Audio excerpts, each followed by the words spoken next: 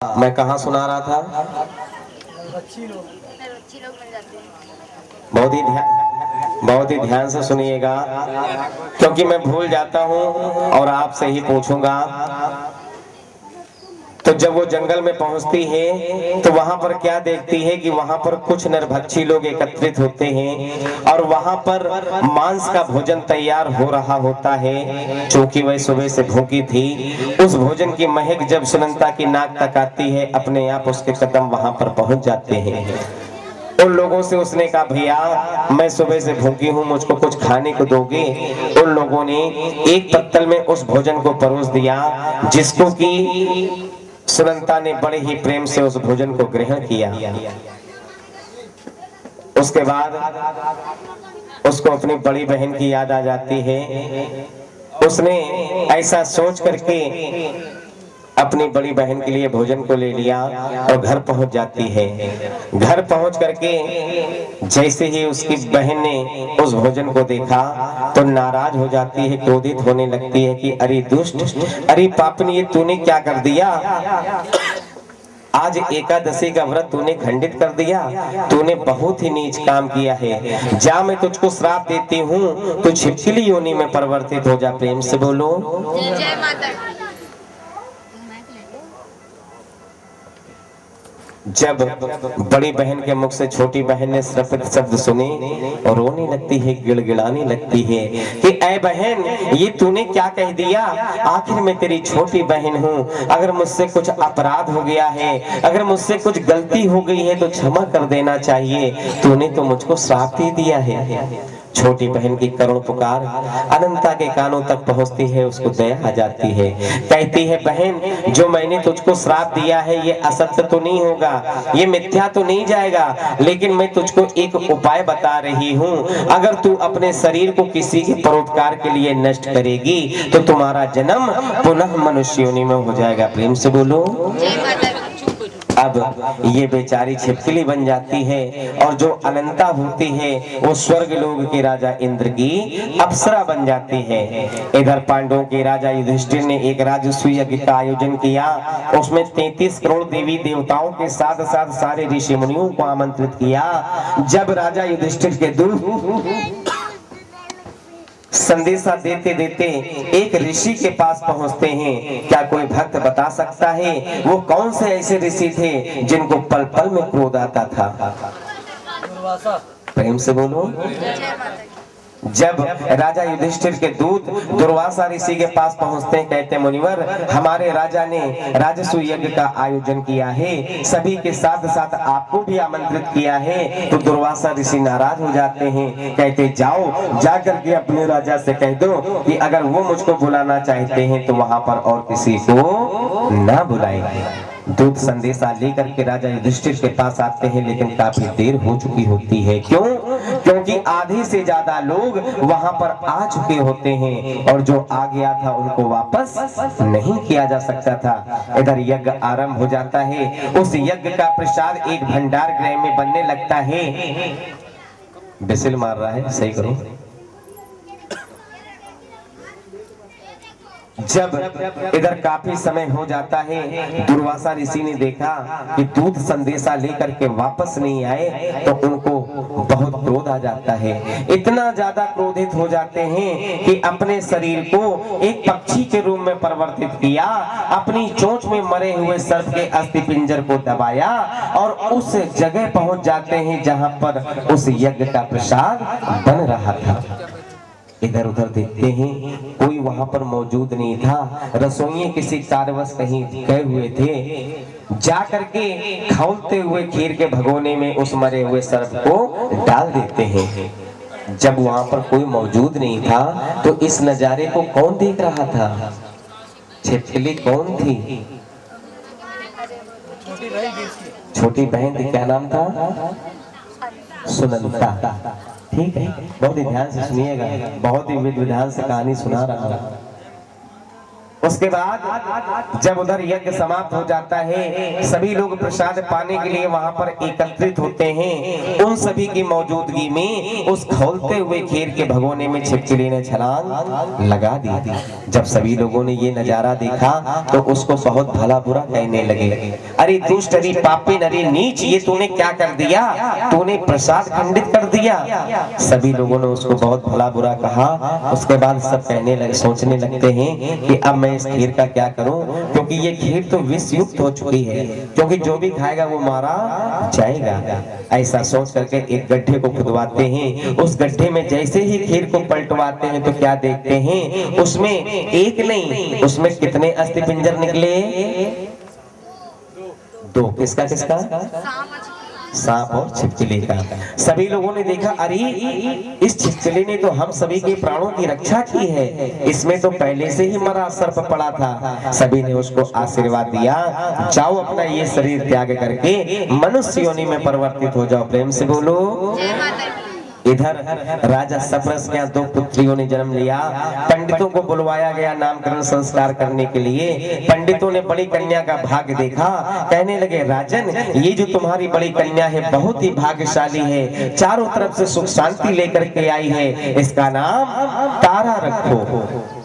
बारी आती है दूसरी कन्या की। जैसे ही पंडितों ने उसके भाग्य को देखा, शांत हो जाते हैं। राजा को चिंता सवार हो जाती है, ऐ पंडित जी, मेरी बड़ी कन्या का भाग्य तो आपने तुरंत बता दिया, छोटी कन्या के लिए इतनी देरी क्यों? कहने लगे, राजन, ये जो तुम्हारी छोटी कन्या है बहुत ही दुर्भाग्यशाली है, इसके रहने से आपके कुल की मान मर्यादा धूमिल हो जाएगी। राजा को चिंता होने लगती, कहने लगे, पंडित जी मैं क्या करूं? कहते हैं, सुन, एक उपाय है। कहते हैं, एक लकड़ी के संदूक को मंगवाओ, उसको हीरे जवाहरात से जड़ित करवाओ, उसके अंदर सुंदर से आसन बिछा करके इस कन्या को लेटाओ और धन संपदा रख करके एक नदी में बहाओ। वैसा ही किया गया। बक्से को नदी में प्रवाह कर दिया गया। बक्सा तैरते तैरते तैरते तैरते एक घाट के बीचों बीच में पहुंचता है। सुबह की बेला होती है। एक पंडित जी स्नान कर रहे होते हैं। एक भंगी झाड़ू लगा रहा था। पंडित जी की निगाह बक्से पे पड़ी।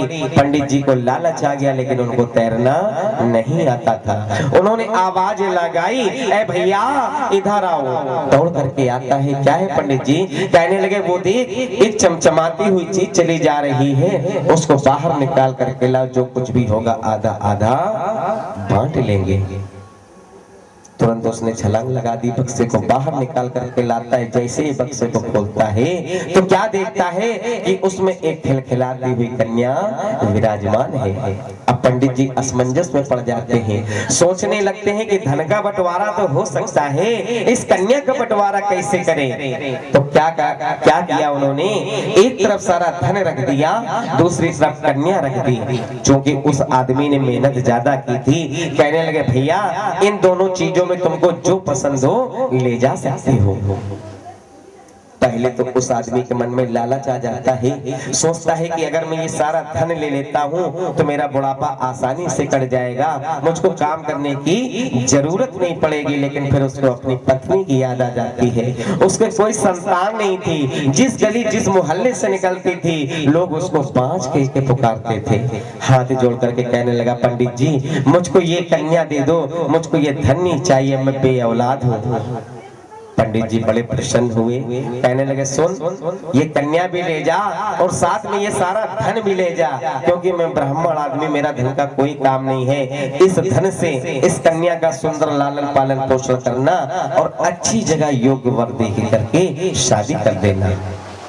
अब उसको खुशी का ठिकाना नहीं रहा। एक तरफ कन्या को दबाया, दूसरी तरफ धन दबाया, घर पहुंच जाता है।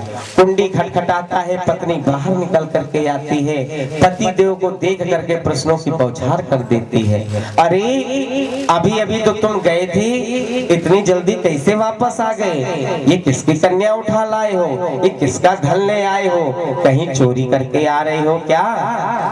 कहने लगा, अरे भगवान मुझको अंदर तो आने दे। अंदर जाता है, अपनी पत्नी को सारा वृत्तांत बताता है। उसके बाद उसकी पत्नी ने जैसे ही उस कन्या को अपने सीने से लगाया, मेरी मैया की कृपा देखो, उसके स्तनों में दुग्ध उतर आया। प्रेम से बोलो। बड़े ही प्यार से उसका नाम रुक्मणी रखा जाता है। प्यार से रुक्कू कह के पुकारने लगते हैं। अब वो कन्या उस घर में चंद्रमा के समान बढ़ने लगती है, शादी योग्य हो जाती है और उन्हीं की बिरादरी के एक युवक से शादी हो जाती है। क्या कोई भक्त जानता है कि रुक्मणी जिस ससुराल में पहुंचती है उस राज्य के राजा का क्या नाम था और उस राजा की रानी का क्या नाम था?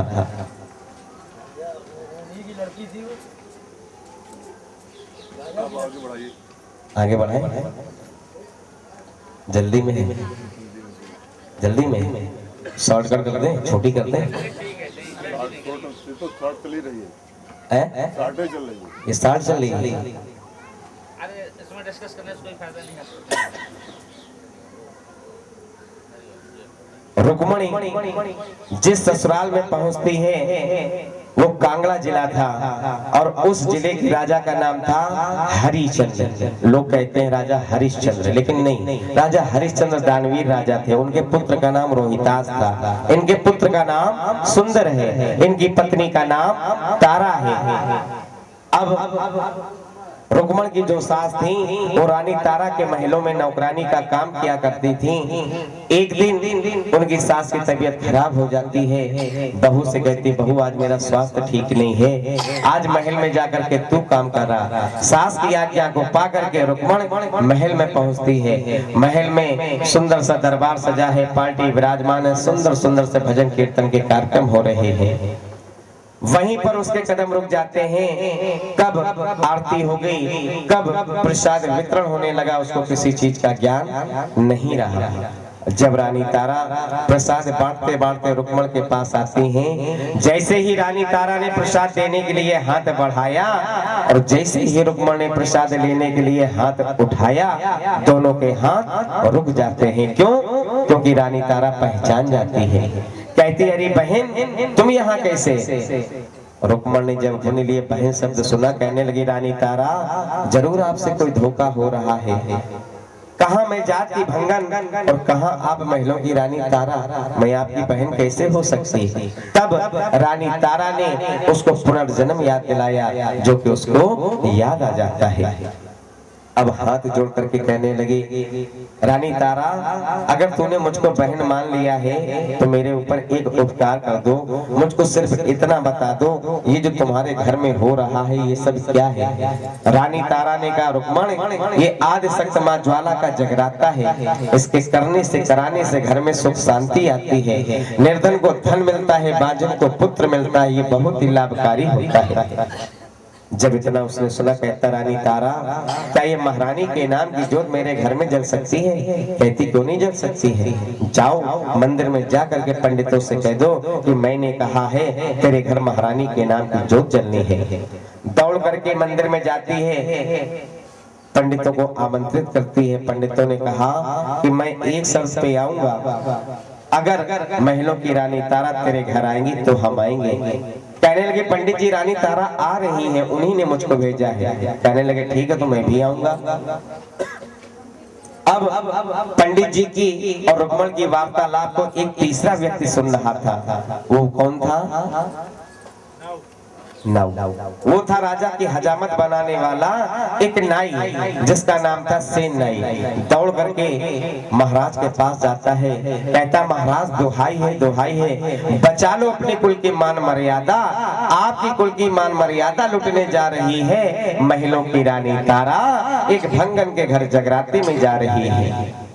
इतना कहने के बाद वो चला जाता है। राजा को चिंता सवार होने लगती है। राजा ने चाकू उठाया, अपनी उंगली में चीरा लगाया, उसमें नमक डाल दिया। एक तो उंगली कटने का दर्द, ऊपर से नमक डाल दिया तो महादर्द होने लगा।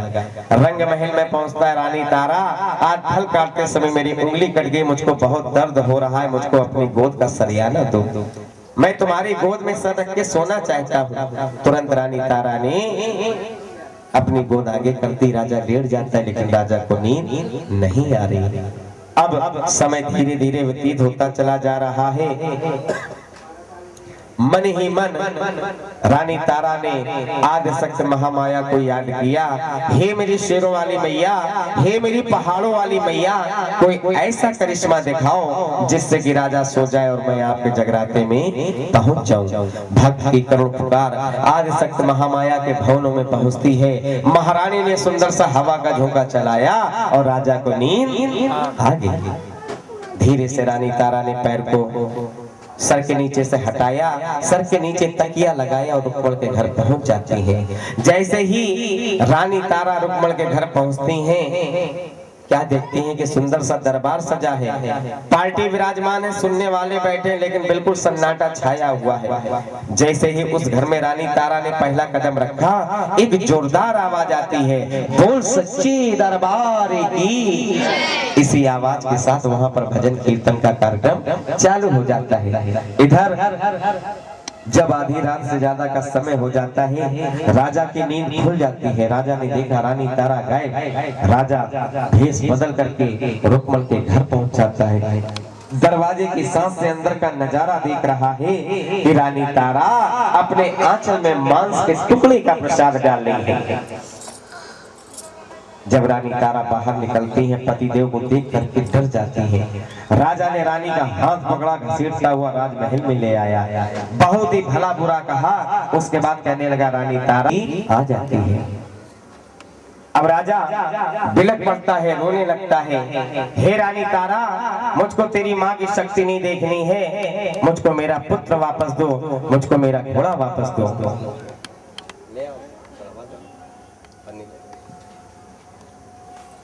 अब जब इतना उसने सुना, कहने लगा,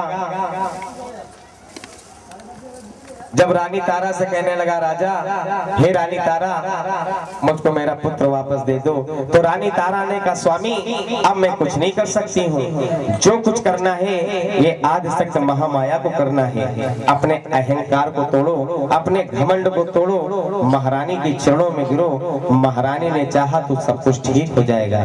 अपने अहंकार को तोड़ने के बाद राजा महारानी के चरणों में गिर जाता है। हे मेरी शेरों वाली मैया, हे मेरी ज्वाला रानी मैया, दर्शन दो माँ, दर्शन दो। भक्त की करुण पुकार सुन करके माँ ज्वाला साक्षात प्रकट हो जाती है। बोल ज्वाला मैया की। मांग राजन क्या मांगता है?